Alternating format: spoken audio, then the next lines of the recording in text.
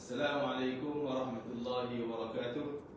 Alhamdulillahi rabbil alamin, wassalatu wassalamu ala rasulil amin wa alihi wa sahbihi man nasarahu wa tabi'a walahu ila yaumil din.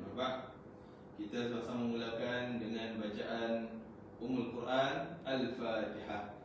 A'udzu billahi minasy syaithanir rajim. Bismillahirrahmanirrahim. Alhamdulillahi rabbil alamin.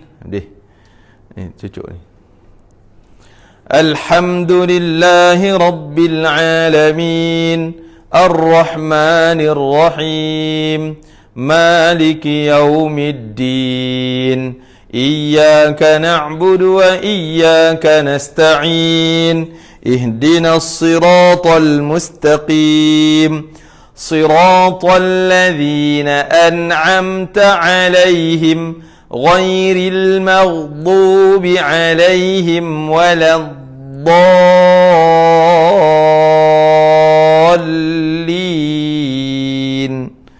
آمين. Alhamdulillah, syukur kepada Allah Ta'ala kita dapat bertemu lagi penonton yang diberkati Allah Ta'ala sekalian. Mudah-mudahan waktu yang berharga ini kita masih, mungkin sebahagiannya masih berada di rumah. Kita manfaatkan masa yang lapang sebelum kehilangan masa yang lapang. Kerana Nabi sebut dua jenis nikmat, ni'matan maghbunun ala kathirim minan nas. Dua jenis nikmat yang sering dilupai, dilekai oleh kebanyakan daripada manusia, as-sihhatu wal faragh, yang suka dihabis sia-siakan oleh manusia adalah nikmat kesihatan dan nikmat kelapangan masa.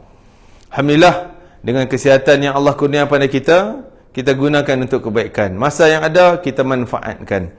Kerana dua nikmat ni, waktu ada sihat, lapang, kita lupa dia, kita abaikan kepentingan dia.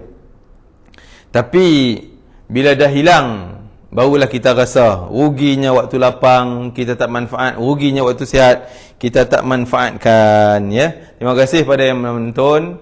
Mudah-mudahan usaha kita semua akan menambah rahmat dan barakah perlindungan daripada Allah Ta'ala, khususnya kita daripada wabak yang digeruni seketika ini, iaitu COVID-19. InsyaAllah. Okay. Dan insyaAllah kita akan terus, kita harap pada semua dapat tekan butang share untuk kongsi-kongsi bersama kuliah kita ini melalui dua saluran Facebook. Mungkin tuan-tuan yang mengikuti, yang follow Facebook Habib Najmuddin Uthman Al-Khirid, bolehlah tekan butang share di bawah tu untuk kongsi kepada rakan karib, sanak saudara kita. Dan juga saluran Facebook Ustaz Haji Azian Man, boleh juga tekan butang share.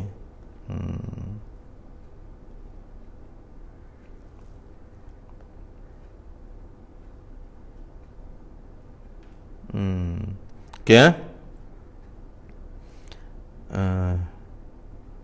sekejap. Saya pun nak tekan share juga. Jadi hari ini seperti yang saya catat di belakang, kita akan mulakan dengan tajuk sambungan dari tajuk semalam. Internet okey.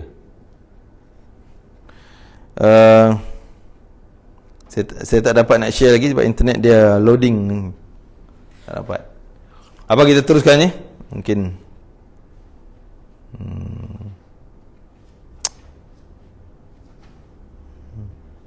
okey.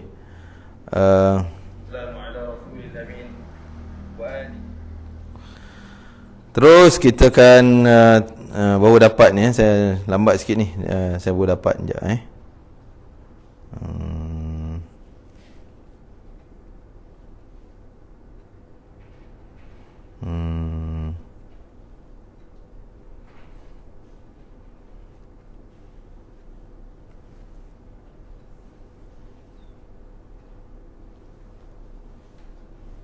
Okey. Kita tengok pada pengajian sambungan kita, iaitu berkaitan dengan makhraj. Hari ini saya akan habiskan tajuk ni, tajuk makhraj ya. Di mana tajuk makhraj yang telah kita pelajari iaitu halaq. Huruf halaq. Halaq ini ada 6 huruf. Kita dah bincang dulu, ini juga dinamakan huruf izhar. Huruf izhar 6 ni lah huruf halaq, iaitu kerengkung pun 6 inilah juga. Halaq maknanya kerengkung ni. Okey, yang kedua semalam kita dah bincang tentang lisan. Lisan maknanya lidah ya. Ada 18 huruf. Ada 18 huruf. Ini pecahan yang terlalu detail lah panjang. Dan hari ini kita akan sambung berkaitan dengan bibir ni tuan-tuan. Tajuk kita hari ini apa dia? Bibir. Kita akan sambung pengajian berkaitan dengan bibir, masya-Allah. Itulah apa ni hebatnya ciptaan Allah Taala. Anggota yang kecil ini mampu melahirkan berbagai-bagai suara. Masya-Allah, hebat. Rabbana ma khalaqta hadza batilan subhanaka faqina azabannar. Itu kita doa.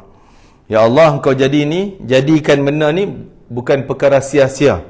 Bukanlah semata-mata kita dihidupkan, Allah bagi mulut, bagi lidah, hidung, lepas itu mati, habis, selesai, jadi tanah. Itu bukan perjalanan hidup kita. Dalam Islam kita yakin perjalanan yang setepat kita akan hadapi dan malah seluruh manusia, iaitu setelah kita hidup diberi anggota yang cantik, nikmat yang sempurna, kita guna. Kalau guna kebaikan, maka diberilah ganjaran pahala. Guna untuk keburukan, diberilah siksaan oleh Allah Ta'ala. Dan setelah mati dunia ini akan dapatlah hasil daripada apa yang kita guna.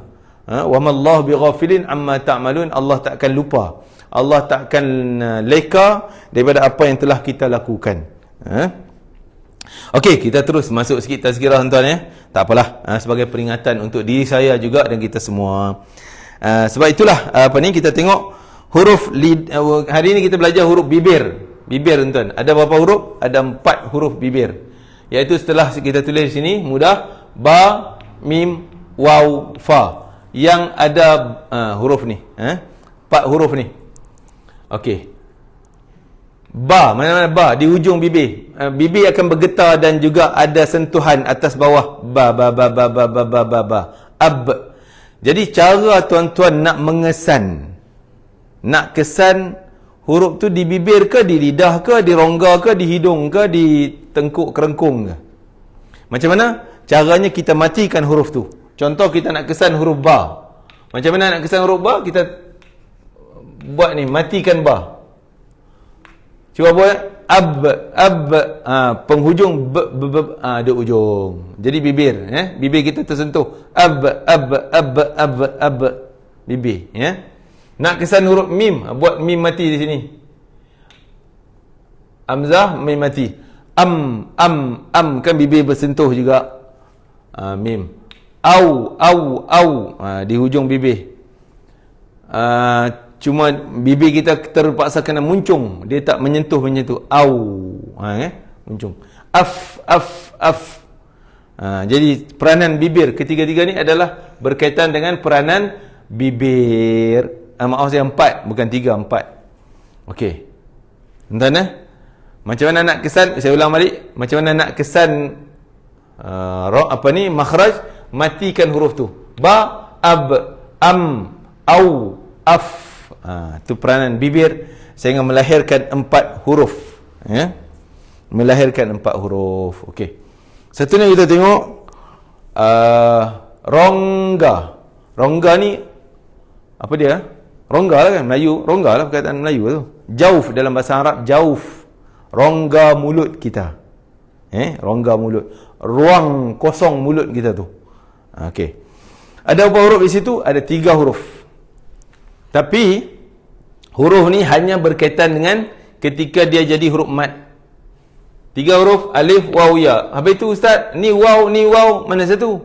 Adakah bibir, adakah rongga? Waw ketika dia berbaris lebih jelas. Ketika dia tidak jadi mad, ketika tak mad, jelasnya di bibir. ketika dia jadi mat, maka rongga juga peran, sebab tu jadi panjang. Mat tu makna panjang. Okey, macam mana jadi mat? Kita catat mat asli ya. Saya tulis di bawah ni tuan-tuan. Nanti kita padam tak contohnya.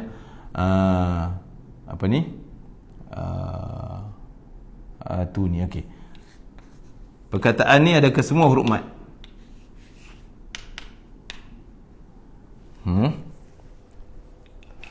Ni warna lain pula, ada warna-warni ni.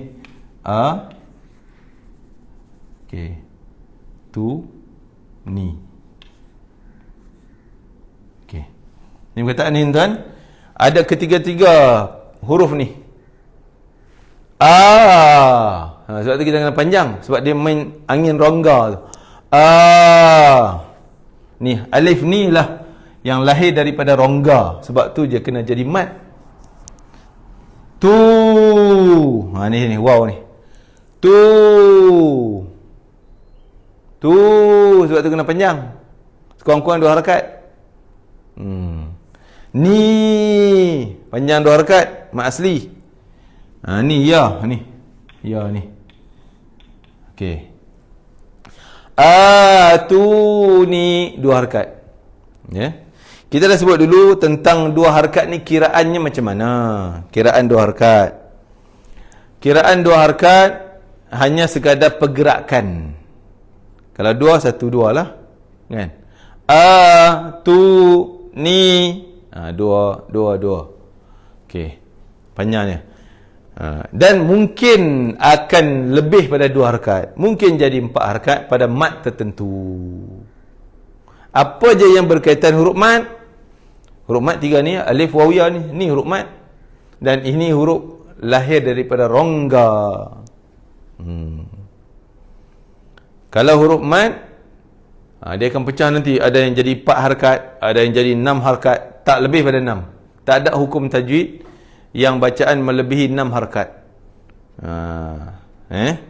Paling sikit 1 harakat, paling panjang 6 harakat. Cuma kiraan tu bergantung rentak bacaan kita. Kalau bacaan tu perlahan, maka pergerakan harakat tu ni mungkin jadi panjang lah juga kiraan pergerakan tu, ya. Okey. Dan kita tak nak panjang hal makhraj ni nanti. Dan seterusnya, jadi sebelum tu sekali peringatkan, kalau ada soalan ya, boleh soal. Saya pun boleh tengok di Facebook saya kalau tuan-tuan soal, dan Facebook Habib Najmuddin pun kita boleh tengok, dan kita boleh semak soalan tuan-tuan puan-puan sekalian, dan kita insya-Allah boleh bincangkan apa soalannya. Okey.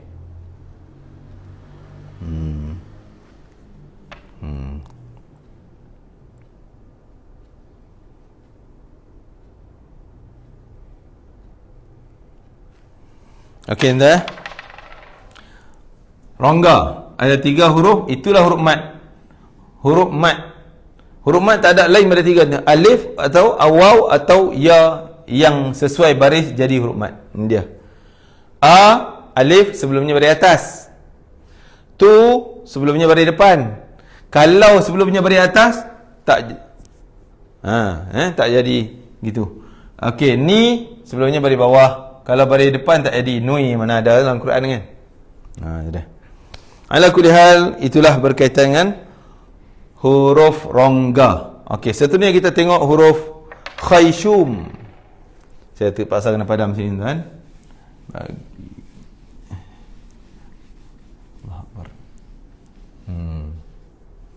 Huruf khayshum.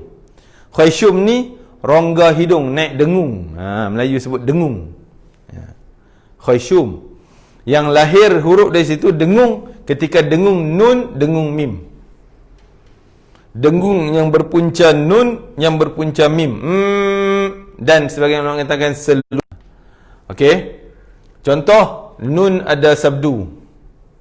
Kan kena dengung. Idgham wajibal gunnah. Mim yang ada sabdu. Contoh. Ataupun nun mati. Nanti kita belajar hukum nun mati. Nun mati jumpa dengan waw contohnya. Ni dengung. Miwal. Dengung mesti naik ke hidung. Kalau tuan-tuan contohnya nak tahu dengung kita jadi tak jadi, waktu kita sema tersumbat hidung, takkan bunyi dengung dengan tepat. Takkan bunyi dengung dengan tepat kalau rongga hidung kita tersumbat. Miau, tak jadi kan? Hidung sumbat. Jadi kalau hidung kita tak ada sesema, tak tersumbat, mudah miu, kan? Tu bunyi dengung, ya. Okey. Takat ni tak ada soalan lagi ya. Sekejap kita tengok. Saya kena semak soalan tuan-tuan. Kok ada nanti saya terlepas pula. Ya. Okey.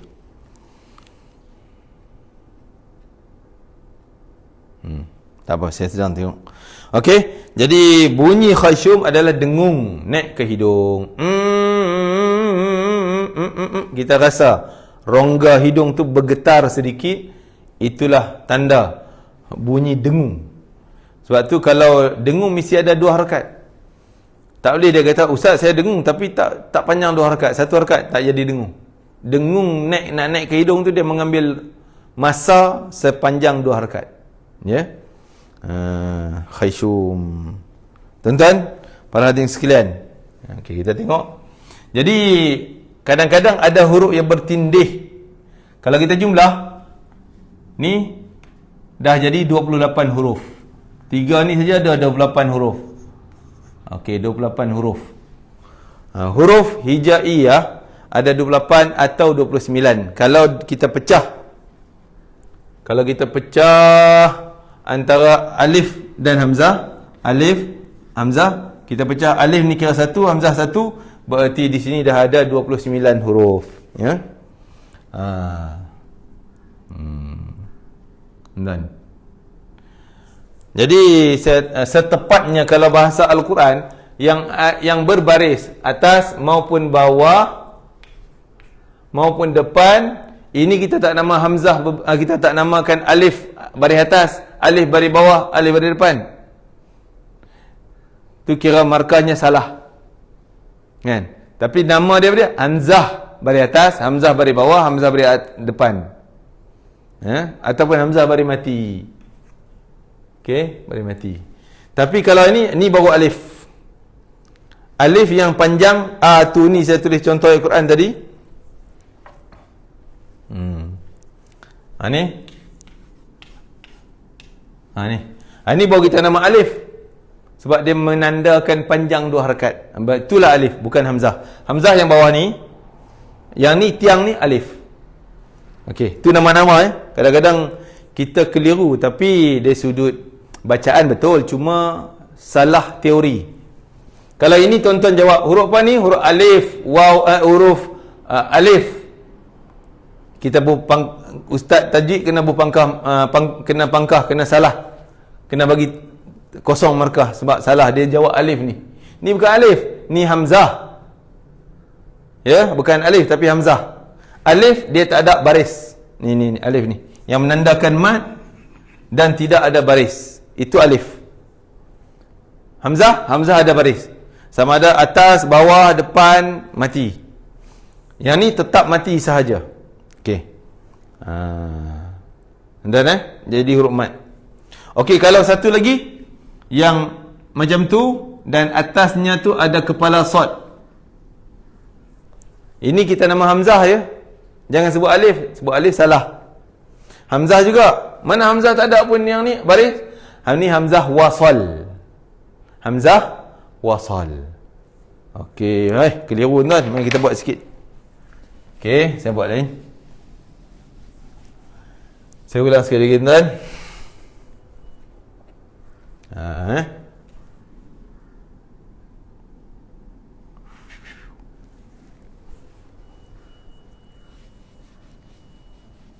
Okey. Yang ni ataupun i ataupun u ataupun ada tanda mati, Kan?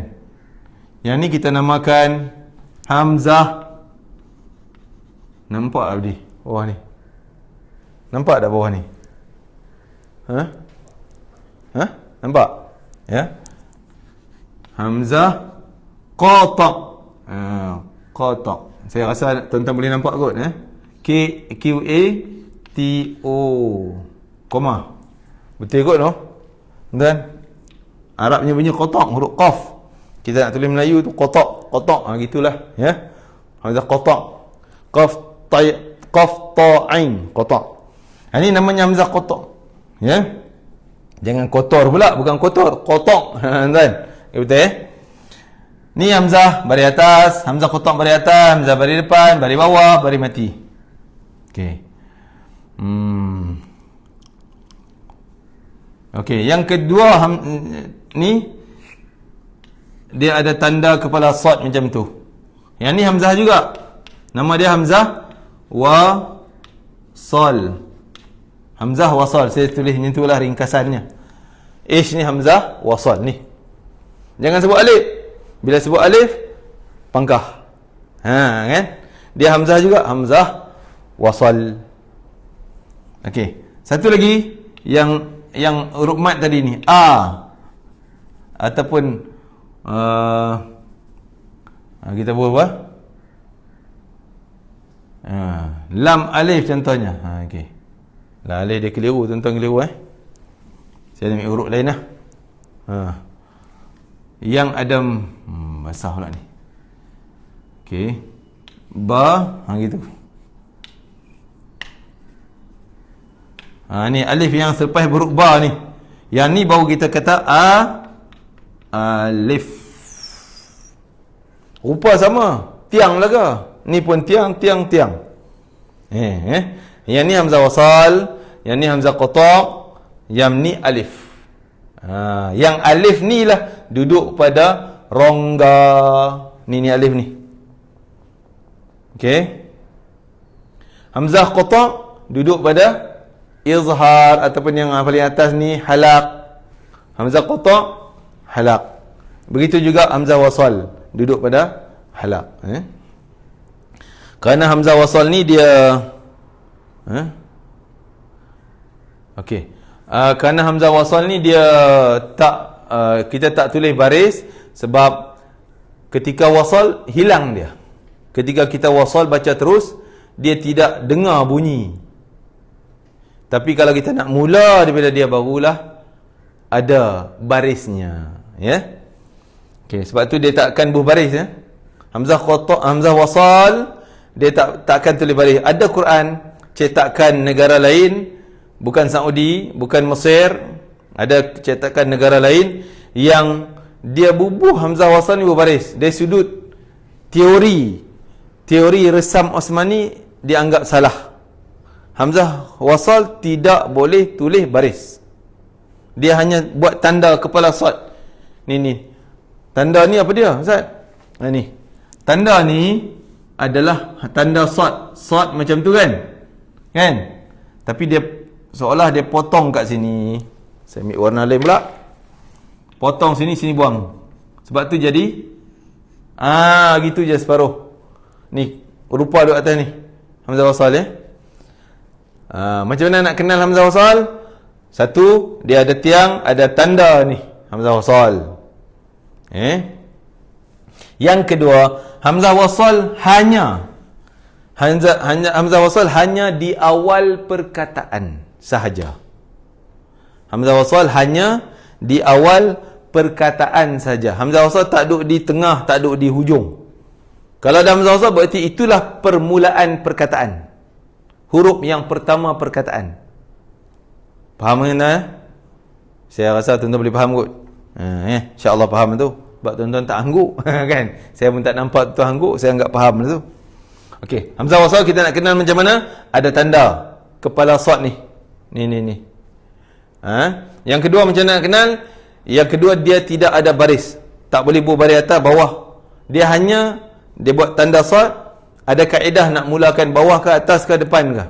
Ada kaedah, tapi takkan bertulis. Jadi kalau tulis, ulama-ulama Al-Quran resam Osmani dia anggap salah. Kalau hamzah wasal dia berbaris bawah ke depan ke, dia anggap salah. Ya, salah. Hamzah wasal tak menerima baris. Tak boleh tulis baris maksud saya. Dan yang ketiga, ciri hamzah wasal hanya di awal perkataan. Hamzah wasal tak akan duduk di tengah ataupun hujung. Kalau ada hamzah wasal berarti itu permulaan perkataan. Okey tuan. Dan alif ni pula, yang ni alif ni rongga yang menandakan panjang. Kadang-kadang panjangnya sampai 2 harakat, 4 harakat, 6 harakat. Okey, ada orang tanya ni soalan, maksimum harakat ketika azan pun 6 harakat ke? Dia kata. Terima kasih pada yang soal. Terima kasih. Saya rasa orang ni orang yang minat pada Al-Quran dan dia insya-Allah memanfaatkan ilmu Al-Quran. Okey. Jawapannya tidak. Bab azan bukan Al-Quran. Azan bukan bacaan Al-Quran. Lepas tu takbiratul ihram, Allahu Akbar, Allahu Akbar tak terkait dengan hukum Al-Quran, hukum tajwid Al-Quran. Itu bab ulama fiqh dia bincang. Kita takbir jadi panjang, Allahu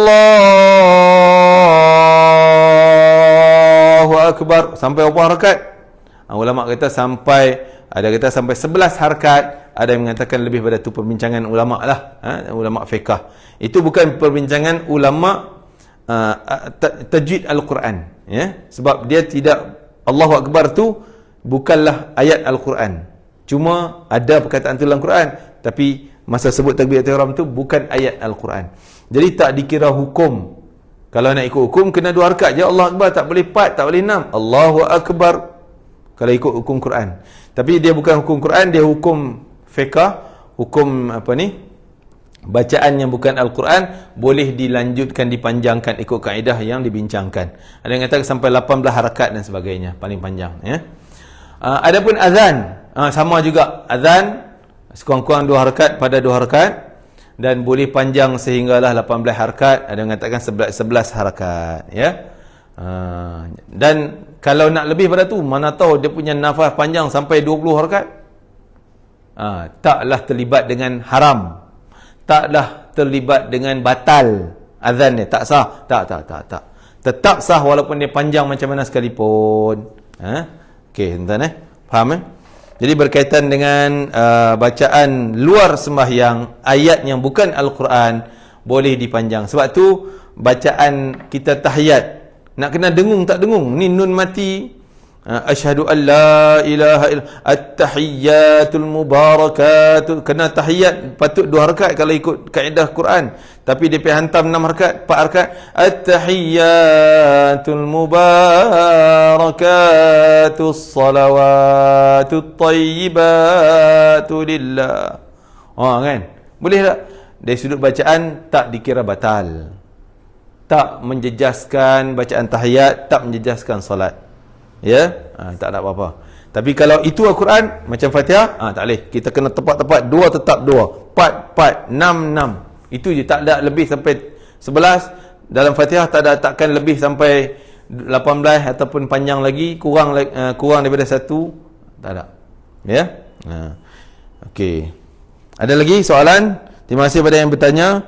Pencerahan Ustaz, bagaimana kedudukan solat kita jika kita baca ayat Al-Quran tidak patuh harakat? Contoh patut 4 atau 5 harakat, kita baca 2 harakat saja. Maaf tanya. Terima kasih bertanya, bukan jangan minta maaf. Terima kasih, saya ucap terima kasih. Okey, kita dah sebut tentang harakat Al-Quran. Dia tak boleh lah yang 6 pi hantam 2 harakat. Yang ini kira kesalahan besar. 6 terus jadi 1 harakat, jadi 2 harakat, beza tu lompat jauh tu.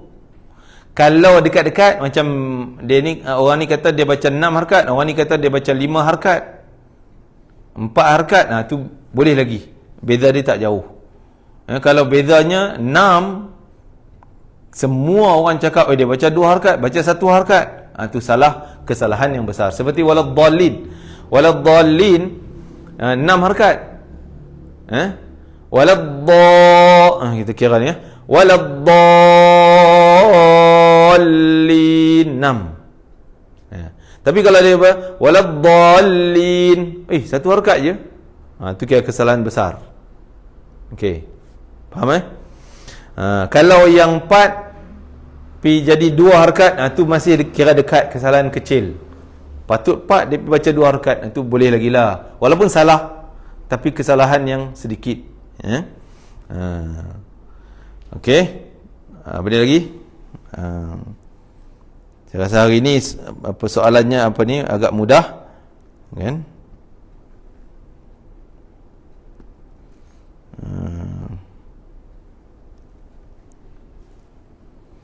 Okey, dan perempuan sekalian, saya rasa sekadar itulah kot kita hari ni, ya. Saya ulang balik, halaq ada 6 huruf. Itu juga dinamakan huruf izhar. Lisan 18 huruf, pecahan yang cukup banyak. Bibir ada 4 huruf. Ni huruf-huruf bibir, ba, mim, waw, fa. Ni bukan qaf ni, tertitik. Jadi fa ni huruf fa. 3 huruf rongga ataupun itulah huruf mad, iaitu alif yang huruf mad, waw huruf mad, ya huruf mad. Kalau waw berbaris, sini tempat dia. Ya baris atas, baris depan, baris bawah. Ya pada lisan. Okey. Ataupun bukan yang jenis mad punya. Dengung memang lahir daripada 2 huruf ni. Fokus kita bukan pada nun mim, tapi fokus kita pada bunyi dengung tu, kan? Tapi selalunya bunyi dengung puncanya daripada nun dan mim. Dan tak apa, ya. Yang penting kita bab. Ada soalan lagi ke? Kejap saya tengok semak soalan tuan-tuan, jangan terlepas. Maksudnya okey, saya rasa tak ada kot soalan, ya. Tak ada dari sini. Dan saya tengok di Facebook saya pula ada lagi. Sekejap.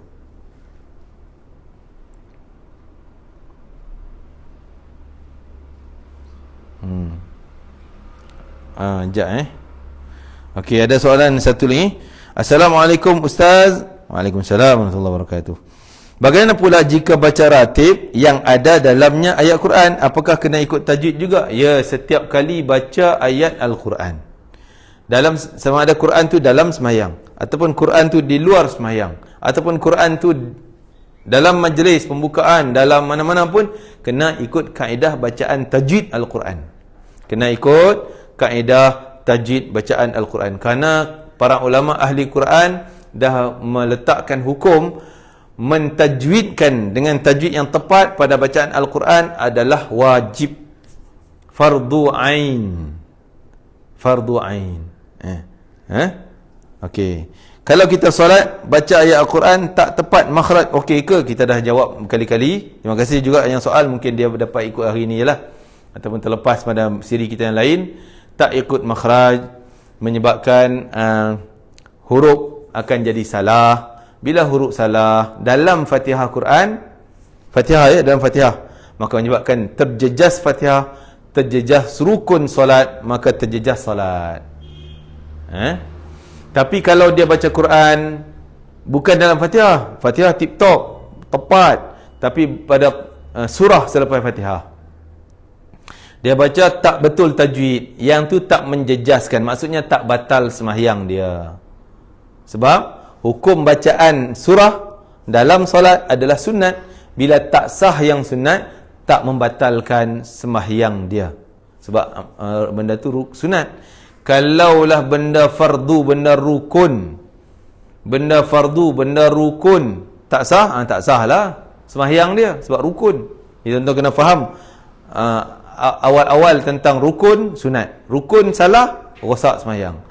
Sunat salah, tak membatalkan salat, cuma mungkin pahalanya kurang ataupun terjejas pahalanya sahaja, ya. Jadi saya ulang kali lagi jawapannya, kalau baca Quran tak tepat makhraj, boleh menyebabkan sembahyangnya juga batal, kerana makhraj penentu bagi sebutan Fatihah yang tepat.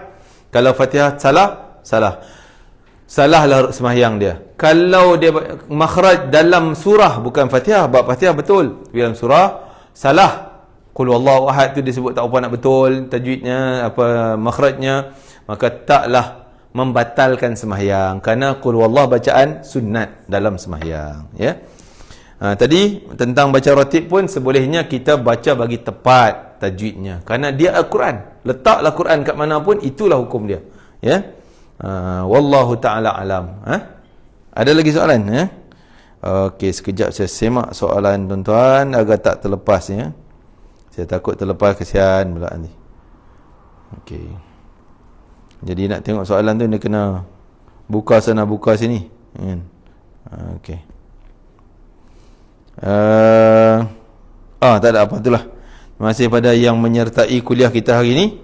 Ada yang bersalawat, mari kita sama-sama manfaatkan salawat yang ditulis oleh Anissa Abdul Aziz dalam Facebook Haji Azian bin Ustaz Haji Azian bin Man. Allahumma salli ala sayidina Muhammad wa ala alihi wa sahbihi wa sallim tasliman katsira. Okey. Jadi dalam bacaan lain-lain, kalau dapat ikut kaedah tajwid, bagus. Contoh baca tahiyat tadi, contoh baca duduk antara dua sujud, nak berdengung-dengung sekali, boleh, tak salah. Tapi tak dengung boleh tak? Tak dengung tak apa, tak ada masalah. Itu bukan ayat Quran. Ya, itu bukan ayat Quran. Okey, wallahu alam. Kita sekadar itu hari ini. Terima kasih kepada yang menonton. Barakallahu fikum, dan Allah berkati semua masa yang kita lapangkan hari ini, insya-Allah. Wallahu taala alam. Ya. Sekadar itu kita hari ini. Sekian. Bismillahirrahmanirrahim. Rabbana taqabbal minna innaka antas samiul alim wa tub alaina innaka antat tawwabur rahim واختم بالحسنى وأنت راض عنا في خير ولطف وعافية برحمتك يا أرحم الراحمين وصلى الله على سيدنا محمد وعلى آله وصحبه وسلم والحمد لله رب العالمين. Terima kasih pada yang share. Sekian. Assalamualaikum warahmatullahi wabarakatuh.